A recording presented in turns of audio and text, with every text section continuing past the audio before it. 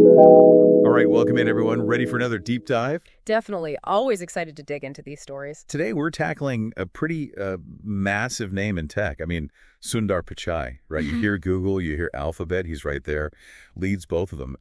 It's kind of wild how much influence this one person has on the tech landscape, wouldn't you say? Oh, yeah, no doubt. And what's fascinating is, he wasn't born into Silicon Valley or anything. Indian-born, American business executive, kind of a unique path to the top of the tech world. So I think people are definitely curious about how he got there. For sure. And luckily, we've got a pretty in-depth resource for this deep dive, his Wikipedia page, actually. Yeah, it's surprisingly thorough. I mean, it's Wikipedia, right? You never know what you're going to get.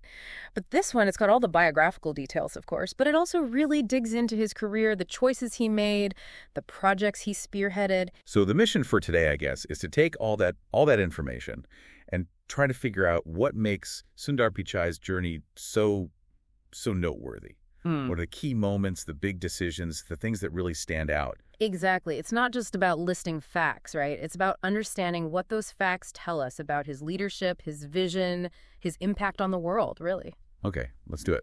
So, starting at the beginning, right? Sundar Pichai was born, Pichai Sundaresan, actually June 10th, 1972, in Madurai, Tamil Nadu, India. Interesting to note that he comes from a Tamil Hindu family. That cultural background, those early influences, they definitely shape your worldview, your approach to things. Right. And his family, kind of interesting mix there. His mother, Lakshmi, was a stenographer. And his father, Raghunatha Pichai, he was an electrical engineer, worked at GEC, which I think is a British company. It is, and I think that's significant, right? That early exposure to engineering, to problem solving, even if it wasn't directly from his mother, it was in the home environment. That kind of sets the stage, don't you think? Yeah, for sure. Like those early influences, they plant seeds. So he went to school in Chennai. First Jawahar Vidyalaya Senior Secondary School, then Vanavani School, which was actually at IIT Madras. And speaking of IIT, that's where he got his bachelor's degree, metallurgical engineering from IIT Kharagpur. Now, that's a seriously competitive school, right? Oh, yeah, one of the top engineering schools in India, if not the world. And metallurgical engineering, that's pretty specific. It's the study of metals, their properties, how they're processed, all that. Okay, so pretty hardcore technical stuff.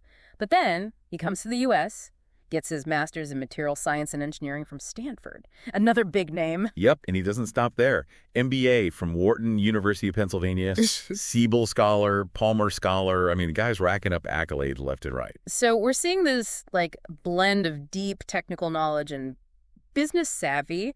Did that combination kind of set him up for, this unique path? Absolutely. It's like he's got both sides of the coin. He understands how things work at a fundamental level, but he also knows how to translate that into real-world products, business strategy. That's a powerful combo. Before Google, though, he actually worked at a couple other places, right?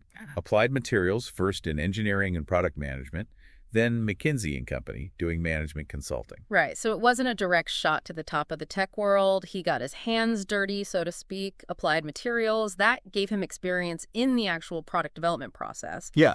Then McKinsey, that broadened his perspective, exposed him to different industries, different ways of thinking about problems. So he's building this diverse skill set, kind of like a toolkit he'd later bring to Google, which finally happens in 2004, yeah. right? 2004, he joins Google, and almost immediately he's thrown into some pretty major projects. Yeah, I mean, we're talking Google Chrome, Chrome OS, right? These are core Google products that we use every day. It's kind of crazy to think he was there at the beginning of it all. Right. And Chrome especially, that was a game changer. Back then, browsers were clunky, slow. Chrome comes along, it's fast, it's simple, it just works. People loved it. And it wasn't just Chrome. He was also heavily involved in Google Drive. Yeah, which has become, essential for so many. It's file storage, sharing, collaboration. It's all there. And then you've got Gmail, Google Maps, these fundamental applications that we rely on constantly. It's almost like he had a hand in shaping the way we interact with the internet itself. Well, that's the thing, right? He wasn't limited to one specific area. He worked on communication tools, navigation, productivity, all these different domains. It shows a real versatility, a willingness to jump in wherever needed. And it wasn't just the user-facing stuff. In 2010, he announces the open sourcing of the VP8 video codec and introduces the WebM video format. Now, I'm not an engineer, so what exactly does that even mean? Basically, it's about how video plays on the internet.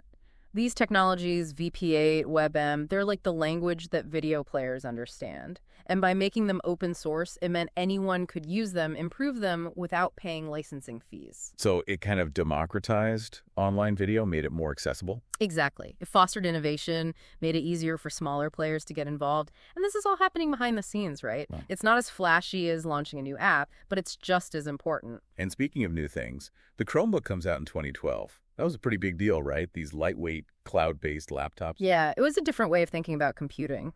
Less reliance on expensive hardware, more focus on the internet, on web-based applications. And Pichai was right there leading the charge. So by this point, he's not just managing existing products, he's launching entire new categories of devices. And then, 2013, another big move. He takes over Android. Yeah, which was huge. I mean, Android, at that point, it's the world's most popular mobile operating system. It was previously managed by Andy Rubin, so for Pichai to step in, that shows a lot of trust from the high-ups. It's a big responsibility for sure. You got all these different phone manufacturers, a massive user base, constant pressure to innovate. And the whole time, he's also navigating these complex relationships with partners, trying to keep Android open while still maintaining quality consistency across all these different devices.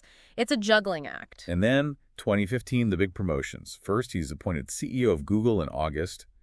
Then, just a couple of months later, Google forms Alphabet Inc., this new holding company, and he's on the board of directors. So it's a pretty rapid ascent to the top. He's now leading the core Google business, but he's also involved in the strategic direction of this entire family of companies, these Alphabet subsidiaries. And these subsidiaries, they're doing some pretty wild stuff, right? Self-driving cars with Waymo, life sciences with Verily, all these like moonshot projects. It's a very different kind of leadership challenge. It's not just about building products anymore. It's about allocating resources, managing risk, making sure all these different pieces fit together. And then finally, in 2019, he becomes the CEO of Alphabet itself.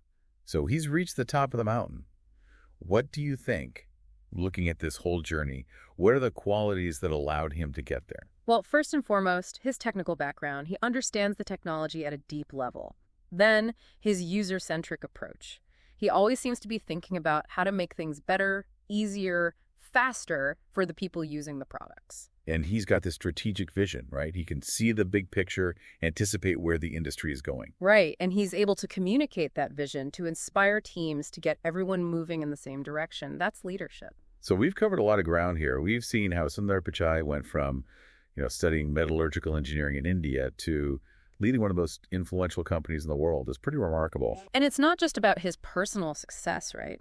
It's about the impact his work has had on all of us, the way we communicate, the way we access information, the way we live our lives. It's all been influenced by the products and technologies he's helped create. Thinking about that, thinking about the future, it makes you wonder, what's next? What are the challenges, the opportunities that he'll be facing as he leads Alphabet into this rapidly changing technological landscape? Well, artificial intelligence is definitely a big one.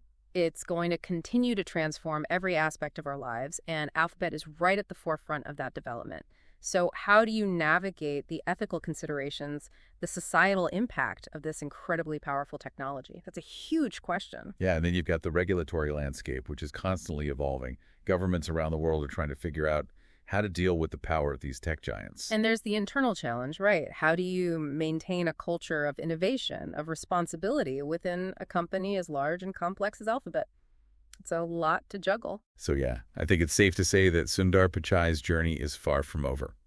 It's going to be fascinating to see what he does next. Absolutely. And I think it's a story that has a lot of lessons for all of us, no matter what field we're in.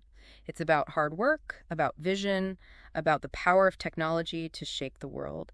And who knows what the next chapter will bring. Thanks for joining us for another deep dive. Until next time. See ya.